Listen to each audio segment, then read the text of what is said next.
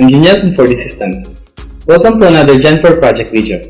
Today, I'll present to you a project I made recently, a planner. For the display to list the tasks for the day, it uses the system clock to check for the current date.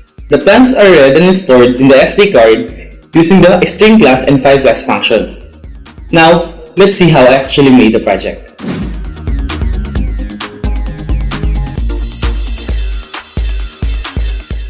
You may download the complete code for this project from our website. This project has three important parts.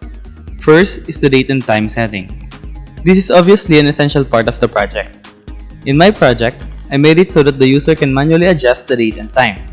Next is checking the current date. Every time a day shifts to the next one, the display should be able to update the plans accordingly. For this, the display should check if the date from the system clock was updated. Finally, we have file reading and writing.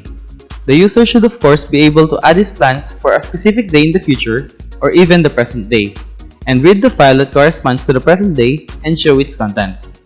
Basically, these things run the project. I added some extra features like copying your present plan to another day, moving it to another day, or even cancelling it. This can all be done using file class functions.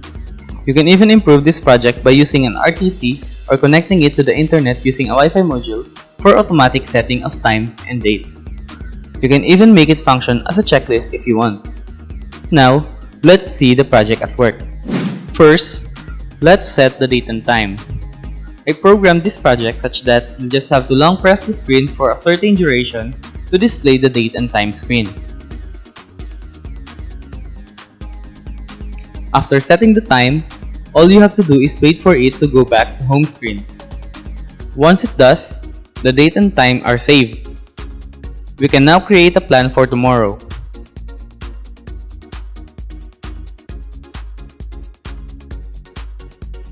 Now that we have a plan set for tomorrow, let's move the time 1 minute before midnight. Let's wait for some more time.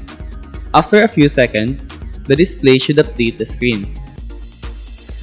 Now, you should try the other functionalities yourself. Maybe add some more if you like. For more project ideas, feel free to watch more of our project videos. Thanks for watching.